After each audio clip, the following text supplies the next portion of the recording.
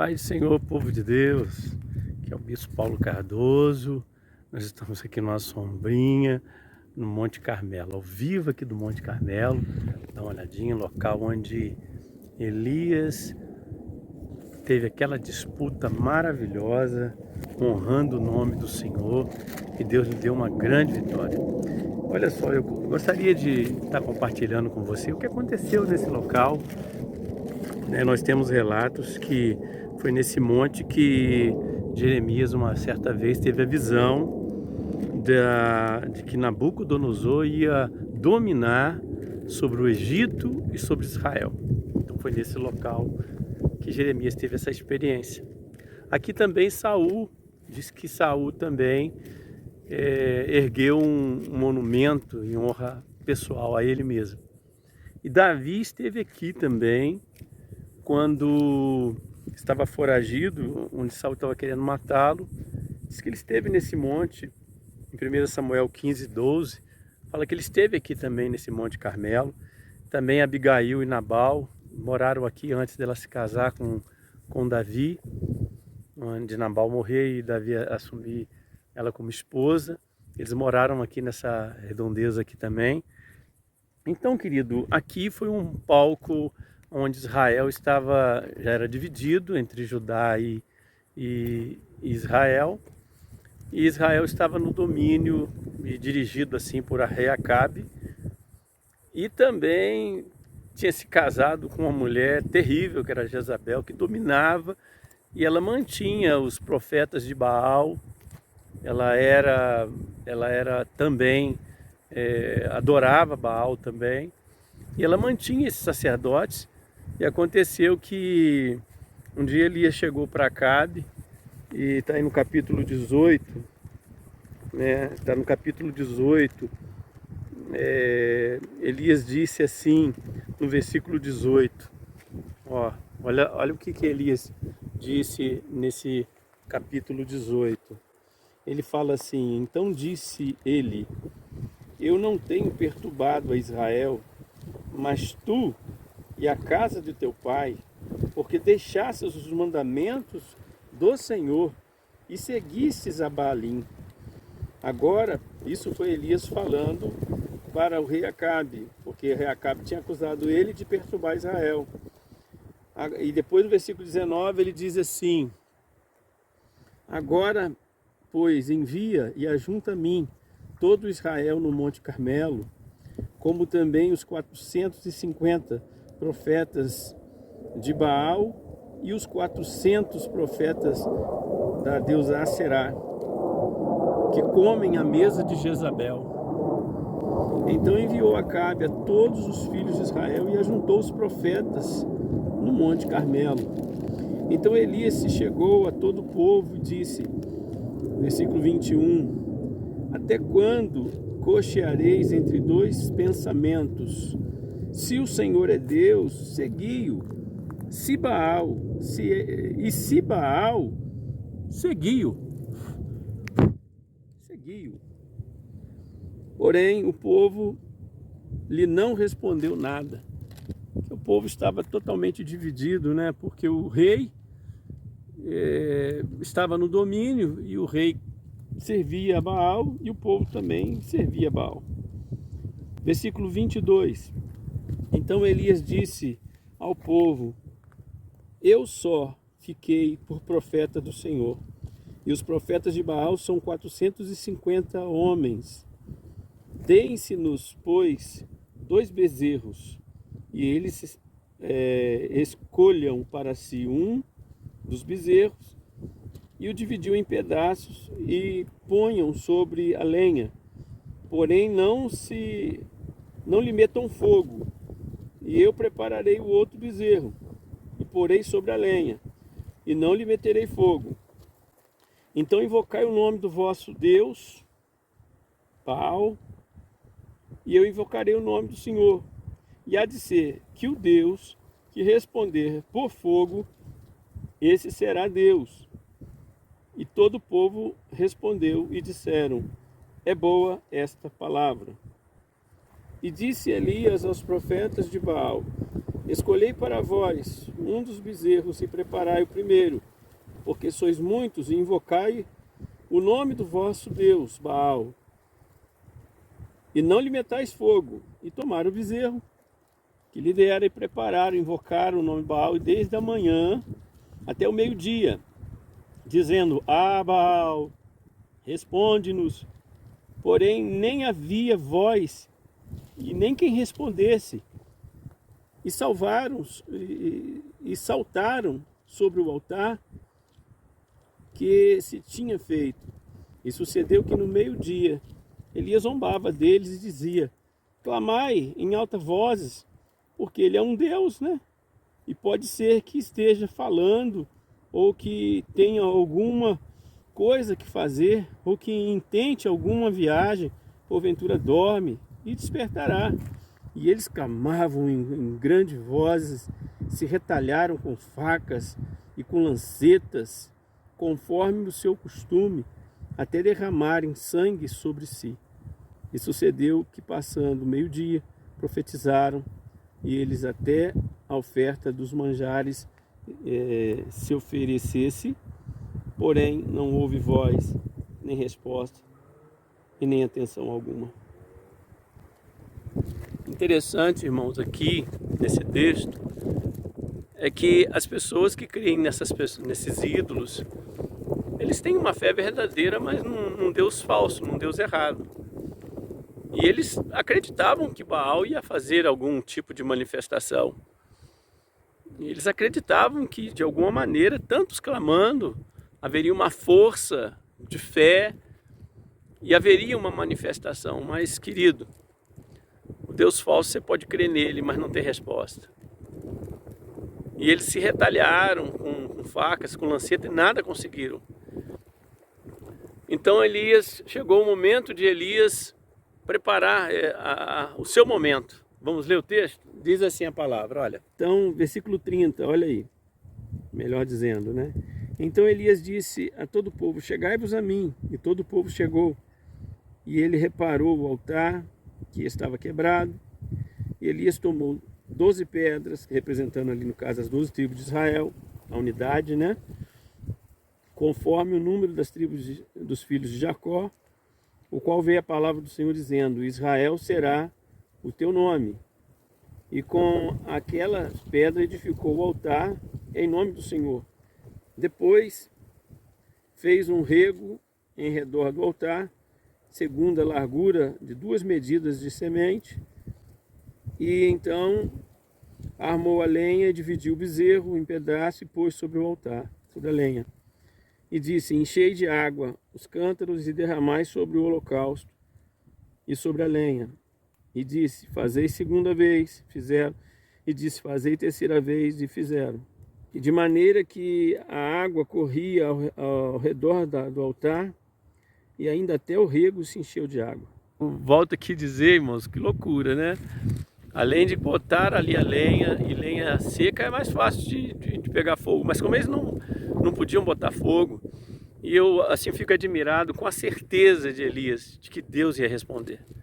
A confiança de que o nome do Senhor ia ser honrado. E eu, querido, já tive experiência de ver o nome do Senhor honrado numa oração que eu fiz, e Deus fez a perna do paralítico no Paraguai crescer e ficar normal igual a outra. Deus fez o cego, uma cega em Volta Redonda, na Vila Americana, fez uma cega enxergar. Tudo porque quando Deus vai ser honrado, não tem nada que impede o milagre de acontecer. Quando a honra é para nós, Deus pode fazer ou não, se aquilo interessar a Ele. Mas quando a honra é para Ele, querido, é certa a vitória. Mas olha só, do capítulo 18, 1 Reis, do versículo 36 a 39, é a oração de Elias e a resposta de Deus. Vamos ler? E sucedeu, pois, que oferecendo-se a oferta de manjares, o profeta Elias se chegou e disse: Ó Senhor Deus de Abraão, de Isaque e de Israel, que é o de Jacó no caso, né? E depois ele continua dizendo: manifeste-se hoje que tu és Deus em Israel e que eu sou teu servo e que conforme a tua palavra fiz todas estas coisas. Responde-me, Senhor, responde-me, para que este povo conheça que tu, Senhor, és Deus e que tu fizeste tornar o seu coração para trás. Então caiu o fogo do Senhor e consumiu o holocausto, a lenha, as pedras e o pó, e ainda lambeu a água que estava no rego. O que vendo o povo, todo o povo, caíram sobre os seus rostos e disseram: só o Senhor é Deus, só o Senhor é Deus. E Elias lhe disse: lançai mão dos profetas de Baal, e nenhum deles escape. E lançaram mão deles. E Elias os fez descer ao ribeiro de Quizon, e ali os matou. Então disse Elias a Acabe: sobe e come, porque o ruído há de uma abundante chuva. Lembrando os irmãos que não chovia, né? Parece há 3 anos. E Acabe subiu ao cume e bebeu a beber, mas Elias subiu ao cume do Carmelo e se inclinou por terra e meteu o seu rosto entre os joelhos e disse ao seu moço: sobe agora e olha para a banda do mar. E subiu e olhou e disse: não há nada. Então disse ele: torna lá 7 vezes. E sucedeu que a 7ª vez disse: eis que vejo, né? Eis que uma pequena nuvem, como a mão de um homem, subindo do mar. Então disse ele: sobe e diz a Acabe: aparelhe o carro, o teu carro, e desce, para que a chuva não te apanhe. E sucedeu que, entretanto, os céus se enegreceram com nuvens e vento e uma grande chuva. E Acabe subiu ao carro e foi para Jezreel. E a mão do Senhor estava sobre Elias, o qual cingiu os lombos e veio correndo perante Acabe até a estrada de Jezreel. Interessante, né, meu querido? Interessante como a palavra ela é viva, né? Nós estamos aqui nesse Monte Carmelo, onde tudo aconteceu, onde esse texto de 1 Reis 18 foi lido aqui com os irmãos, e a gente percebe 2 milagres aqui, né? Primeiro, aquele desafio aos profetas, 450 profetas de Baal. Nós estamos nesse monte aqui a 600 metros de altura e eles estavam ali naquele momento, naquela disputa de qual Deus responderia com fogo. Eles clamaram e nada. Mas Elias, ele era o único que estava ali fiel a Deus e cheio do Espírito Santo. E chamou o povo, porque, irmãos, o povo ele é muito fácil de ser dominado com mentiras, com crendices. E o povo estava dividido ali, já não sabia mais, já não cria mais no Deus de Israel. E de repente ali, Elias renova a fé do povo. Porque de uma certa maneira, quando o povo vê os sinais de Deus, a fé é ativada. Porque às vezes a gente está tão distante de milagres, de acontecimento, embora, querido, que às vezes a gente espera uma grande ação de Deus e Deus está fazendo milagre todo dia. O fato de você ter acordado hoje com vida, o fato de você estar ou trabalhando, ou agora indo para casa, ou descansando de um dia de serviço, isso já é um milagre. Quantos não acordaram com vida e você está aí desfrutando? Então já é um milagre, né? Mesmo que às vezes você esteja doente ou você esteja saudável, viver é um milagre. E o maior milagre é você ter o Espírito Santo dentro de você e saber que o Deus que fez tudo isso, o Deus de Israel é o Deus também do Brasil, é o meu Deus, é o seu Deus também. E Ele é o único Deus verdadeiro. Não há outro Deus, Ele é o único Deus verdadeiro. E naquele momento ali, que eles estavam ali, aqueles profetas clamaram e nada conseguiram. Então Elias pegou um outro bezerro, diferente do que eles usaram, restaurou, a palavra diz que restaurou o altar quebrado. De repente, porque naquele local ali, aqui, no caso, na época de Elias havia o local de fazer holocausto, fazer sacrifício, onde os próprios, né, adoradores de Baal faziam oferendas ali, já estavam acostumados com... Mas ali tinha um altar que foi preparado para o Deus vivo também. Então eles pegaram, tiraram aquele altar, né, de Baal, fizeram um altar para Deus com lenhas. Ele se preocupou em colocar 12 pedras, representando ali as 12 tribos de Israel, a comunhão, né, das 12 tribos, embora estava dividida, porque Deus opera na comunhão, isso é importante. E mandou molhar 3 vezes, molhar toda a lenha, molhar o bezerro, ao ponto, aquilo ficou escorrendo água, querido.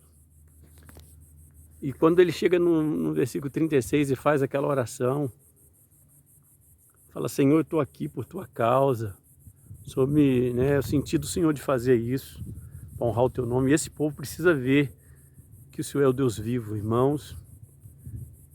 Ele falou assim: mostra para esse povo que tu és o Deus vivo, faz o fogo cair do céu aí, irmão. Né? E diz que o fogo caiu do céu, desse céu aqui, irmão. Olha só que céu lindo, tá quente a beça, eu estou debaixo de uma sombra aqui, eu e Deus e você que está me assistindo. Diz que caiu um fogo desse céu, queimou o bezerro, queimou a lenha, queimou as pedras e lambeu as águas. Quando o povo viu aquilo, caiu tudo prostrado com o rosto em terra. E o mais incrível que Acabe viu aquilo, querido. O mais incrível que tudo aconteceu ali. E o povo caiu com o rosto em terra dizendo: só o Senhor é Deus.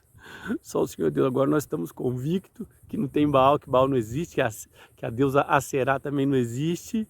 É tudo crendice. E eu abro mão da minha fé falsa para uma fé viva no Deus. Entenda que a fé é verdadeira. Não sei se você crê em Jesus, ou se você crê em ídolos, em santos, em guias. A fé é algo verdadeiro, é o que você deposita o teu coração naquilo e acredita que aquela entidade, que aquele Deus vai fazer algo por você.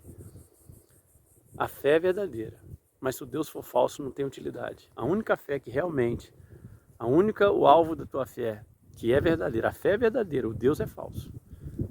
Então você tem que unir a sua fé verdadeira no Deus, o único Deus verdadeiro, e Jesus Cristo, o qual Ele enviou para nos salvar. E Jesus te ama e morreu na cruz para te salvar. Ele foi o sacrifício para que nós tivéssemos direito à salvação. E através do seu sangue o nosso pecado foi perdoado. E naquele momento ali, Ele pegou todos aqueles profetas, desceram no rio. Ele matou os 850 profetas que ali estavam. Depois que aconteceu aquilo, eu acredito que o rio ficou cheio de sangue. Eu acredito que esse rio, não vi ele aqui, mas deve estar aqui por perto, porque é muito grande aqui. E depois que ele terminou aquilo ali, aquele momento dele ali, ele mandou Geazi, o menino que ajudava ele, procurar Acabe, né? Dizer para Acabe aparelhar os animais ali, carruagem dele, que ia cair chuva, que já não chovia, porque Elias orou para não chover. E aí ele teria que orar para chover. Diz que ele dobrou o joelho nesse local aqui, né? Ele botou seu joelho em terra, botou a sua cabeça no meio das suas pernas e pediu para o moço ir olhar. O moço olhou e falou assim: ó, tem nada, o céu tá claro. Tem nada, não tem... Aí, querido, ele pegou e falou assim, pegou e falou assim: então vai lá 7 vezes. Aí, não sei se você olha lá no cantinho lá, ó, e lá também tem. Ele falou assim: eu tô vendo uma pequena nuvem do tamanho da mão de um homem. E foi nesse lugar, ele falou: então manda lá o rei aparelhar lá as coisas lá, porque não, vai chover muita coisa, prepara lá porque vai chover. Irmãos, olha, choveu. E eu tenho sentido aqui em Israel que o clima aqui é muito seco e não tem chuva. Né? E eu espero que isso aconteça depois que a gente já estiver no Brasil, mas que comece a chover, né? Em nome de Jesus. Se há algum impedimento para a chuva nesse lugar seco, de terra tão seca, que o Senhor libere a chuva, Senhor. Como esse vento que está vindo aqui, ó Deus, que o Senhor libere a chuva sobre esse lugar. Quando nós chegarmos no Brasil, que tenhamos notícia de que a chuva chegou a Israel. E que, ó Deus, vive esse lugar também, não só regado com seco, com um clima muito quente, mas também regado com chuvas. Da mesma maneira como Elias fez, ó Deus, eu quero profetizar chuva sobre este lugar. Em nome de Jesus. E chuva de bênção também sobre a vida de cada irmão que está aqui. Que, ó Deus, o Deus de Elias, o Deus de Abraão, o Deus de Isaac e de Jacó, o meu Deus e o Deus dos irmãos, que hoje venha responder com fogo na casa de cada um, cada altar que foi feito nesta hora para essa oração. Em nome de Jesus. Amém. Então, aqui nós vamos terminando. Foi uma bênção estar aqui, sozinho, eu e Deus. E Deus tinha falado que ia me trazer num lugar sozinho. E realmente eu estou aqui sozinho, encaminhando sozinho para esse monte, 17 minutos subindo. Subindo não, né? Porque o ônibus deixa a gente bem perto. Então toda essa extensão aqui é o Monte Carmelo, que nós estamos vendo, dando fundo assim para Haifa, né? Uma região onde tem um mar. Que Deus abençoe a todos. E aqui eu me despeço. Bispo Paulo Cardoso na peregrinação hoje, conhecendo aqui e orando no Monte Carmelo. Deus abençoe a todos. Estamos caminhando agora de volta, né? Estou deixando o Monte Carmelo e nós vamos agora trilhar essa rua aqui, ó, em direção lá à cidadezinha, né? Perto aqui desse monte. Olhando também lá, ó, toda a cidade de Haifa, né? Nós estivemos aqui abençoando. E agora nós vamos andando, e que venta bastante, olha só as árvores. Foi desse céu que Deus derramou fogo, né? Então nós vamos andando aí, vem comigo. Sou o Bispo Paulo Cardoso, peregrinando aqui nas terras de Israel. E hoje nós viemos conhecer o Monte Carmelo, local onde Elias, né, como nós dissemos, teve uma grande experiência. Então nós vamos andando aqui. Segue comigo aí.